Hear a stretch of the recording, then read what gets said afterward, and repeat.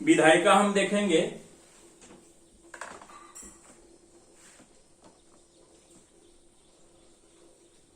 विधायिका जो है हमारी भारतीय विधायिका, भारतीय संविधान के अनुसार लोकतांत्रिक सरकार में हमारा जो सरकार है उसके 3 अंग हैं।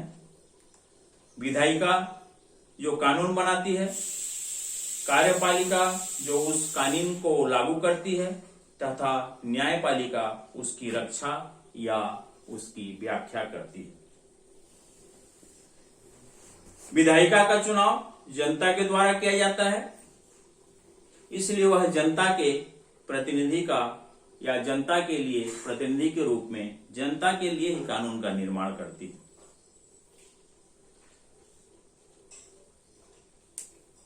इसमें हम देखेंगे सरकार के जो 3 अंगों का, उसके जो 3 अंग हैं सरकार के। व्यवस्थापिका सैद्धांतिक रूप से सर्वाधिक महत्वपूर्ण अंग है। व्यवस्थापिका ही उन कानूनों का निर्माण करती है जिसके आधार पर कार्यपालिका शासन करती है और न्यायपालिका न्याय प्रदान करती है। इस प्रकार व्यवस्थापिका ही कार्यपालिका और न्यायपालिका को अपने अपने क्षेत्र में कार्य करने के लिए आवश्यक आधार प्रदान करते हैं। व्यवस्थापिका के प्रकार में हम देखेंगे, इसका जो संगठन है 2 प्रकार का होता है। जिस व्यवस्थापिका में एक ही सदन होता है उसे एक सदनात्मक, और जिसमें 2 सदन होता है उसे द्विसदनात्मक व्यवस्थापिका हम कहते हैं। द्विसदनात्मक व्यवस्थापिका में प्रथम सदन निम्न सदन होता है और द्वितीय सदन जो है हमारा उच्च सदन होता है।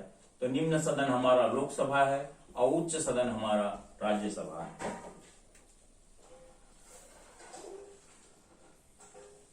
व्यवस्थापिका के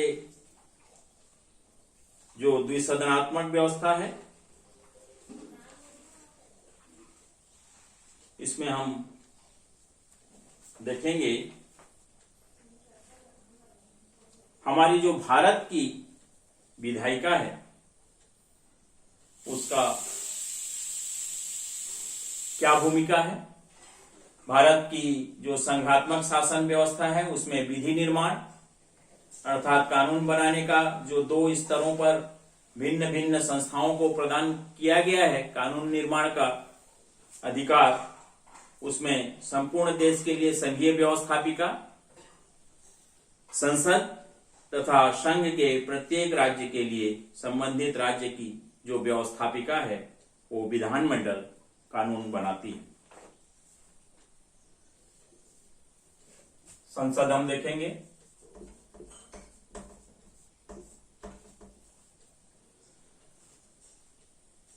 भारतीय संघ के लिए विधि निर्माण करने वाली जो संस्था होती है वो संसद कहलाती है। डॉक्टर राजेंद्र प्रसाद ने कहा है कि हमारी लोकतांत्रिक शासन व्यवस्था का केंद्र बिंदु राष्ट्र की संसद है। संसद की आवश्यकता हमको क्यों है, या संसद की महत्ता किस लिए है। सबसे पहला, संसद कानून बनाती है, उन्हें संशोधित करती है तथा कानून को निरस्त भी कर सकती है। संसद कार्यपालिका पर आवश्यक नियंत्रण रखती है। संसद देश का बजट बनाती है। संसद की स्वीकृति के बिना जनता का धन खर्च नहीं किया जा सकता। संसद जनता के तथा राष्ट्रीय महत्व के मुद्दों पर चर्चा वाद विवाद करने के लिए एक मंच प्रदान करता है।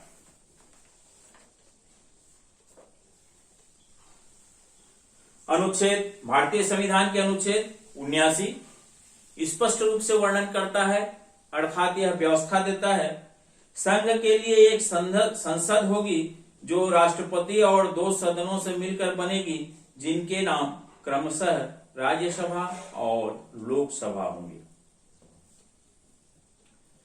भारतीय संविधान द्वारा राष्ट्रपति को संसद का अभिन्न अंग माना गया है। सरकार के जो 3 अंग हैं उसमें मिलकर ही संसद जो है वो गठित होता है। राष्ट्रपति संसद के किसी भी सदन का सदस्य नहीं होता है, परंतु संसद द्वारा कोई भी पारित विधेयक तब तक कानून का रूप नहीं ले सकता जब तक कि राष्ट्रपति उस पर हस्ताक्षर न कर दे।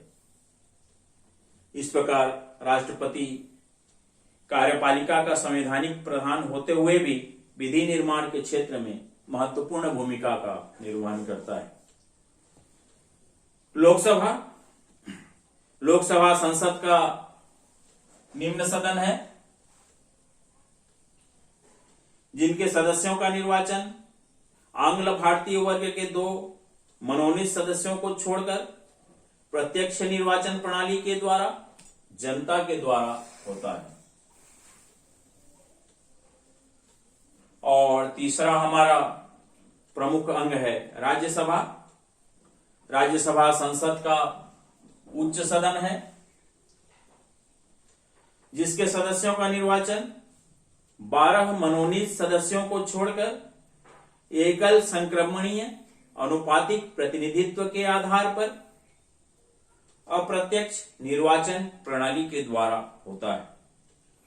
इस प्रकार अध्ययन से स्पष्ट है, राष्ट्रपति लोकसभा राज्यसभा का संयुक्त नाम ही संसद है। इसके बाद हम देखेंगे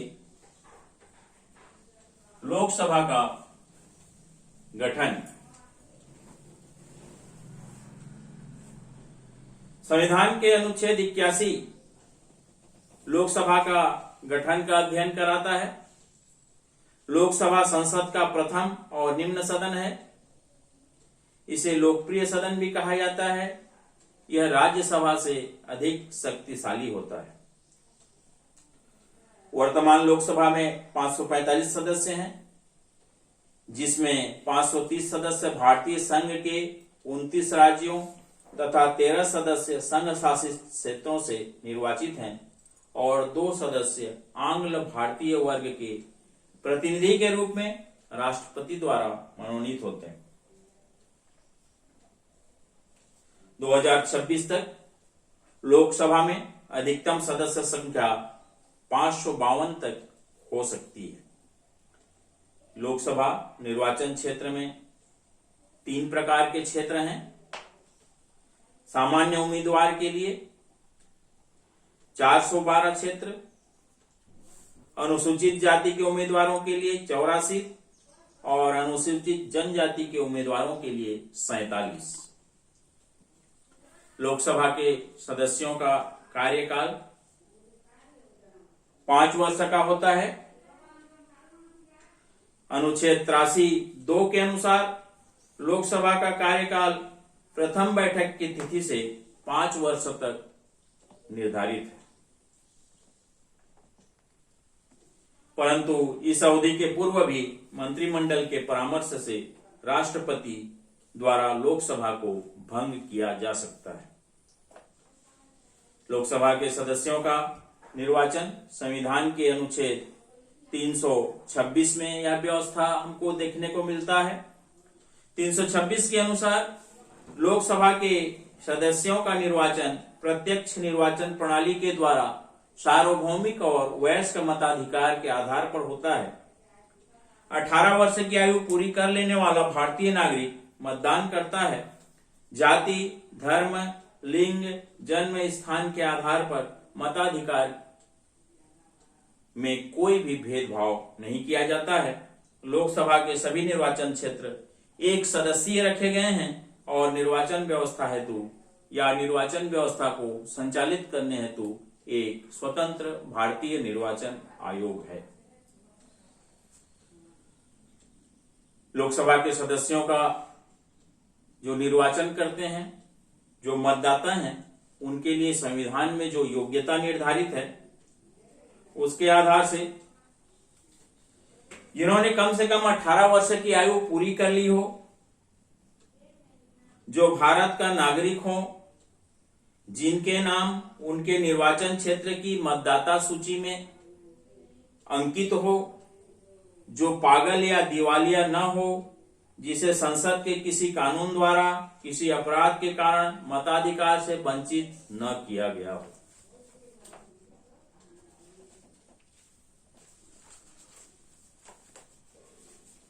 इसके बाद हम देखेंगे जो लोकसभा की सदस्य बनना चाहते हैं उनके लिए जो योग्यता या उम्मीदवारों के लिए जो योग्यता का निर्धारण है, इसका उल्लेख हमको भारतीय संविधान के अनुच्छेद 102 में देखने को मिलता है। 102 के अनुसार जो लोकसभा सदस्य के लिए उम्मीदवार है उसके लिए आवश्यक है कि सबसे पहले वो भारत का नागरिक हो, कम से कम 25 वर्ष की आयु पूरी कर चुका हो, किसी न्यायालय द्वारा घोषित पागल या दिवालिया घोषित न किया गया हो, संसद के किसी कानून द्वारा उसको अयोग्य न ठहराया गया हो उम्मीदवार बनने से, भारत सरकार अथवा राज्य सरकार के अंतर्गत कोई भी लाभ का पद धारण न किए हुए हो।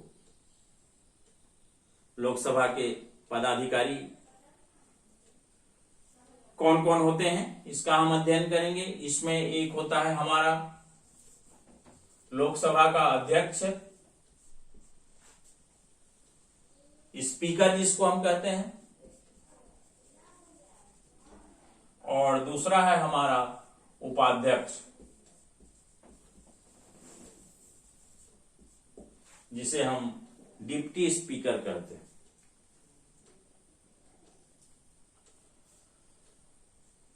लोकसभा अध्यक्ष के कार्य एवं शक्तियां हम देखेंगे।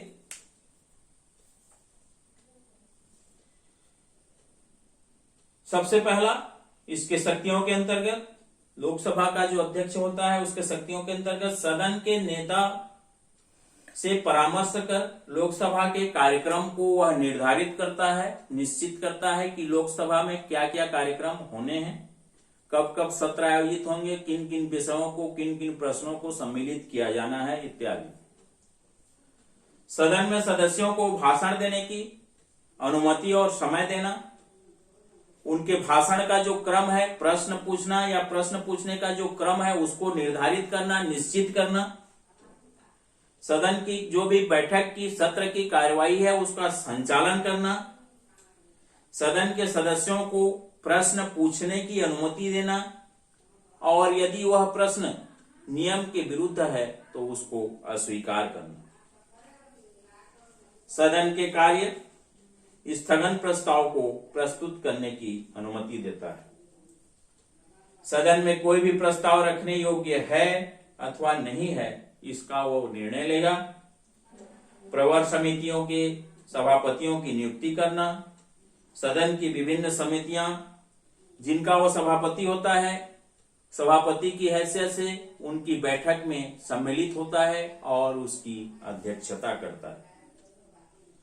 सदन में शांति व्यवस्था बनाए रखना, सदन में अध्यक्ष द्वारा किए गए आदेशों की अवहेलना करने वाले सदस्यों को सदन से बाहर करना, और बाहर करने की कार्यवाही की आवश्यकता पड़े तो उस कार्यवाही के अंतर्गत उन सदस्यों को कुछ दिनों के लिए, कुछ समय के लिए या एक ही सत्र के लिए वो सम्मिलित होने के लिए रोक लगाते हुए उसको, उसकी सदस्यता को अस्थायी रूप से निलंबित कर सकता है।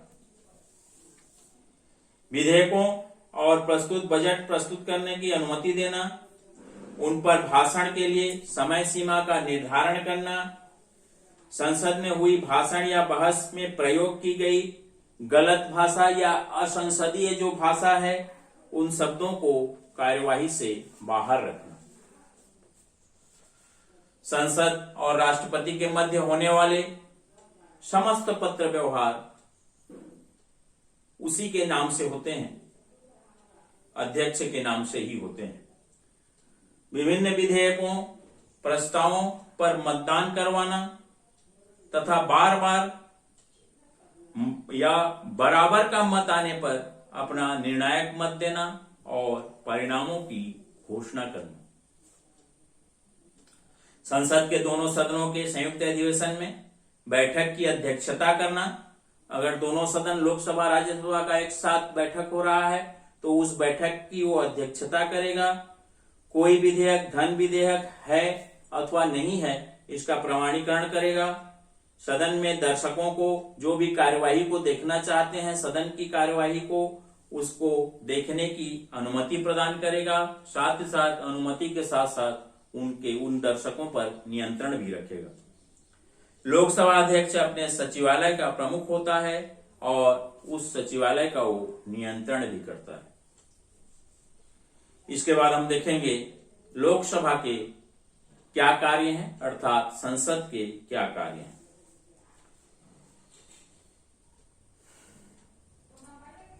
लोकसभा के कार्य एवं शक्तियों के अंतर्गत सबसे पहले व्यवस्थापिका संबंधी कार्य एवं शक्तियां। भारतीय संसद संघीय सूची, समवर्ती सूची, अवशिष्ट विषयों तथा कुछ विषयों में राज्य सूची के विषयों पर भी कानून निर्माण कर सकती है। साधारण जो अवित्तीय पैसे से संबंधित नहीं है ऐसे जो विधेयक हैं और संविधान संशोधन विधेयकों के संबंध में संविधान द्वारा लोकसभा और राज्यसभा दोनों को समान शक्तियां प्रदान की गई हैं। परंतु साधारण विधेयकों के संबंध में संसद के इन दोनों सदनों में गतिरोध या मतभेद होने की स्थिति में इस गतिरोध को समाप्त करने के लिए राष्ट्रपति द्वारा दोनों सदनों का संयुक्त अधिवेशन बुलाने की व्यवस्था की गई है, जिसमें साधारण बहुमत द्वारा विधेयक को पारित किया जाता है। इस प्रकार कानून निर्माण के क्षेत्र में अंतिम निर्णय की शक्ति लोकसभा के पास होती है। लोकसभा साधारण विधेयक को 6 माह तक रोके रखने के अतिरिक्त इस संबंध में और कुछ भी नहीं कर सकता है। व्यवहार में समस्त महत्वपूर्ण विधेयक लोकसभा में ही प्रस्तावित किए जाते हैं। दूसरा है हमारा कार्यपालिका संबंधी कार्य एवं शक्तियां। संविधान के अनुसार संघीय कार्यपालिका अर्थात केंद्रीय मंत्रिपरिषद, व्यवहारतः जो हमारा संसद है और लोकसभा इसके प्रति सामूहिक रूप से उत्तरदायी है, उसे लोकसभा के नियंत्रण में रहते हुए कार्य करना पड़ता है। लोकसभा के सदस्य मंत्रिपरिषद के सदस्यों से सरकारी नीति व कार्यों के संबंध में प्रश्न या पूरक प्रश्न पूछ सकते हैं। काम रोको प्रस्ताव, निंदा प्रस्ताव पारित करके सरकारी नीतियों की गलतियों को प्रकाश में ला सकते हैं और सरकार की आलोचना कर सकते हैं। तीसरा है हमारा वित्त संबंधी कार्य एवं शक्तियां। संविधान द्वारा लोकसभा को निर्विवाद रूप से वित्तीय शक्तियां प्रदान की गई हैं। वित्तीय क्षेत्र में वित्त विधेयकों, बजटों, अनुदानों आदि की स्वीकृति के संबंध में अंतिम निर्णय की शक्ति लोकसभा को ही प्राप्त है। संविधान के अनुच्छेद 109 वित्त विधेयक केवल लोकसभा में ही प्रस्तावित किए जा सकते हैं, राज्यसभा में नहीं। लोकसभा से पारित हो जाने के पश्चात वित्त विधेयक को स्वीकृति हेतु राज्यसभा के पास भेजा जाता है। राज्यसभा विधेयक की प्राप्ति की तिथि से 14 दिन की अवधि के भीतर विधेयक को सुझाव के साथ लोकसभा को लौटा देती है। परंतु राज्यसभा की सिफारिश को स्वीकार करना या अस्वीकार करना लोकसभा के पूर्ण इच्छा पर निर्भर करती है।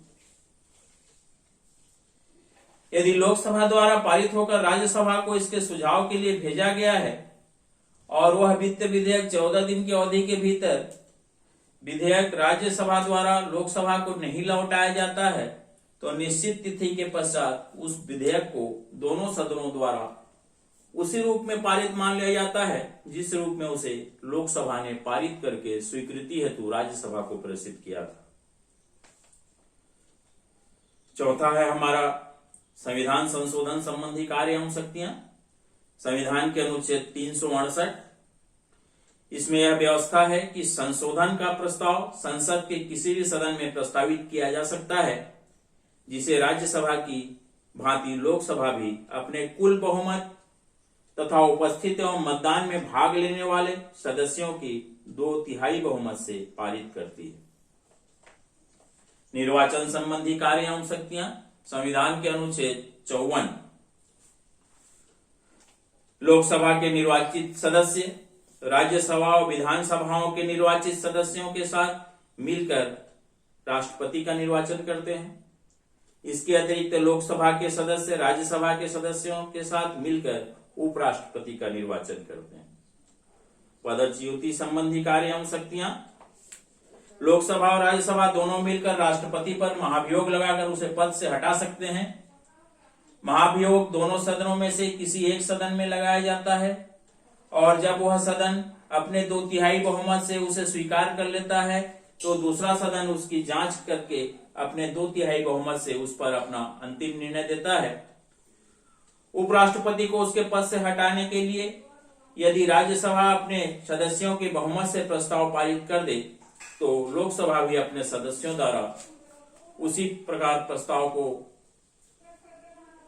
स्वीकार करता है तो राज्यसभा के साथ मिलकर राष्ट्रपति को उसके पद से हटाया जा सकता है। अन्य कार्य एवं शक्तियां के अंतर्गत लोकसभा की अन्य शक्तियों में राष्ट्रपति द्वारा जारी की गई आपातकालीन घोषणा 1 माह के भीतर स्वीकृत करना होता है, अन्यथा इस प्रकार की घोषणा 1 माह के पश्चात स्वयं ही समाप्त हो जाती है। इसके अतिरिक्त हम देखते हैं राष्ट्रपति के जो सर्व क्षमा की जो अधिकार प्राप्त है उसके लिए भी संसद से उसको स्वीकृति लेना आवश्यक होता है। डॉक्टर MP शर्मा ने कहा है कि यदि संसद राज्य का सर्वोच्च अंग है तो लोकसभा संसद का सर्वोच्च अंग है। व्यवहार में लोकसभा ही संसद है। इसके बाद हम देखेंगे राज्यसभा। लोकसभा हमारा हो चुका है। राज्यसभा संसद का द्वितीय और उच्च सदन है। इसका गठन संघीय शासन व्यवस्था के सिद्धांत के अनुसार किया गया है और इस सदन को लोकसभा की तुलना में कम शक्तियां प्राप्त हैं, परंतु फिर भी इस सदन का अपना महत्व है। लोकसभा के गठन का जो उल्लेख है भारतीय संविधान के अनुच्छेद 80 द्वारा राज्यसभा के सदस्यों की अधिकतम संख्या 250 निश्चित की गई है, जिनमें से 238 सदस्यों को भारतीय संघ की इकाई राज्यों एवं संघ शासित क्षेत्रों से निर्वाचित होने और शेष 12 सदस्यों को राष्ट्रपति द्वारा मनोनीत किए जाने की व्यवस्था है। मनोनीत किए जाने की इस व्यवस्था में राष्ट्रपति द्वारा ऐसे व्यक्तियों को मनोनीत किया जाएगा जो साहित्य, कला, विज्ञान, समाज सेवा, चिकित्सा एवं खेल तथा सहकारिता के क्षेत्र में ख्याति प्राप्त व्यक्ति हों। राज्यसभा के सदस्यों की जो योग्यता है क्या होनी चाहिए, इसका उल्लेख हमको भारतीय संविधान के अनुच्छेद 102 में देखने को मिलता है। इसके द्वारा जो योग्यता निर्धारित की गई है उसमें लोकसभा के सदस्य की जो योग्यताएं हैं वही लागू होंगी। मात्र उम्र के अवस्था में जो 25 वर्ष लोकसभा के लिए निर्धारित है उसे बढ़ाकर 30 वर्ष होना आवश्यक है।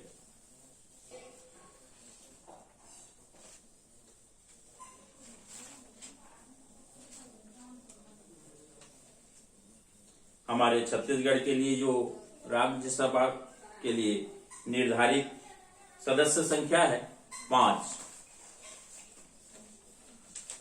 इसका जो चुनाव है राज्यसभा के सदस्यों का राष्ट्रपति के द्वारा मनोनीत राज्यसभा के 12 सदस्यों को छोड़कर शेष 233 सदस्य भारतीय संघ की विभिन्न इकाइयों का प्रतिनिधित्व करते हैं।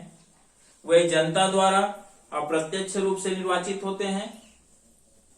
इन सदस्यों का निर्वाचन संघ के विभिन्न इकाइयों की विधानसभाओं के जो निर्वाचित सदस्य हैं उनके द्वारा एकल संक्रमणीय मत के द्वारा अनुपातिक प्रतिनिधित्व प्रणाली के आधार से होता है। जिन क्षेत्रों में विधानसभाएं नहीं होती हैं वहां राज्यसभा के सदस्यों के निर्वाचन के लिए विशेष निर्वाचक मंडल गठित किया जाता है। सदस्यों का जो कार्यकाल है इसका उल्लेख अनुच्छेद 83(1) के अनुसार राज्यसभा स्थायी सदन है। यह कभी विघटित नहीं होता है। प्रत्येक 2 वर्ष के पश्चात 1/3 ऐसे सदस्य जिनका कार्यकाल 6 वर्ष पूरा हो चुका है अपनी सदस्यता से अवकाश ग्रहण करते हैं और उनके स्थान पर पुनः 1/3 नए सदस्य निर्वाचित होकर आते हैं। इस प्रकार प्रत्येक सदस्य का 6 वर्ष का कार्यकाल निर्धारित है। इसमें जो पदाधिकारी हैं राज्यसभा के,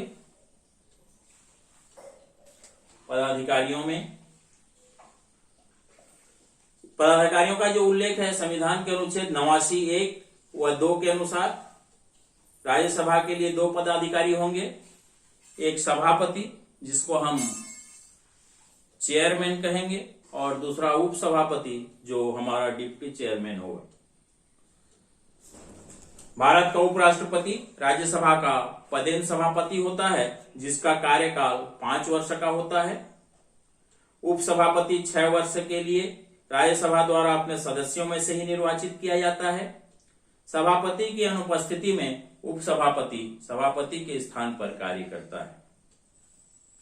राज्यसभा के कार्य एवं शक्तियां। राज्यसभा के कार्य एवं शक्तियों को हम देखेंगे। इसमें सबसे पहले जो प्रमुख शीर्षक हैं जिनके अंतर्गत हम के कार्यों का अध्ययन करते हैं, व्यवस्थापिका संबंधी कार्य एवं शक्तियां, कार्यपालिका संबंधी कार्य एवं शक्तियां, वित्त संबंधी कार्य एवं शक्तियां, संविधान संशोधन संबंधी कार्य एवं शक्तियां, निर्वाचन संबंधी कार्य एवं शक्तियां और पदच्युति संबंधी कार्य एवं शक्तियां। इसके बाद हमारा आता है आपातकालीन कार्य एवं शक्तियां। विशेष शक्तियों में राज्यसभा को जो विशेष 2 शक्तियां दी गई है उसमें संविधान के अनुच्छेद 249 के अनुसार राज्यसभा अपने उपस्थित अथवा मतदान में भाग लेने वाले सदस्यों के 2/3 बहुमत से प्रस्ताव पारित करके राज्य सूची के किसी भी विषय को राष्ट्रीय महत्व का विषय घोषित कर सकती है। राष्ट्रीय हित में उस पर कानून बनाने का अधिकार संसद को दे सकती है। ऐसे प्रस्ताव प्रारंभ में 1 वर्ष के लिए पारित किया जा सकता है, परंतु यदि राज्यसभा चाहे तो हर बार उसे 1 वर्ष के लिए आगे बढ़ा सकता है। दूसरा विशेष शक्तियों का उल्लेख संविधान के अनुच्छेद 312। इसके अनुसार राज्यसभा अपने उपस्थित तथा मतदान में भाग लेने वाले सदस्यों के 2/3 बहुमत से प्रस्ताव पारित करके नई अखिल भारतीय सेवाओं की स्थापना करने का अधिकार संघीय सरकार को दे सकता है। राज्यसभा के इस प्रकार के प्रस्ताव के बिना संसद या संघीय सरकार द्वारा किसी नई अखिल भारतीय सेवा की स्थापना नहीं की जा सकती।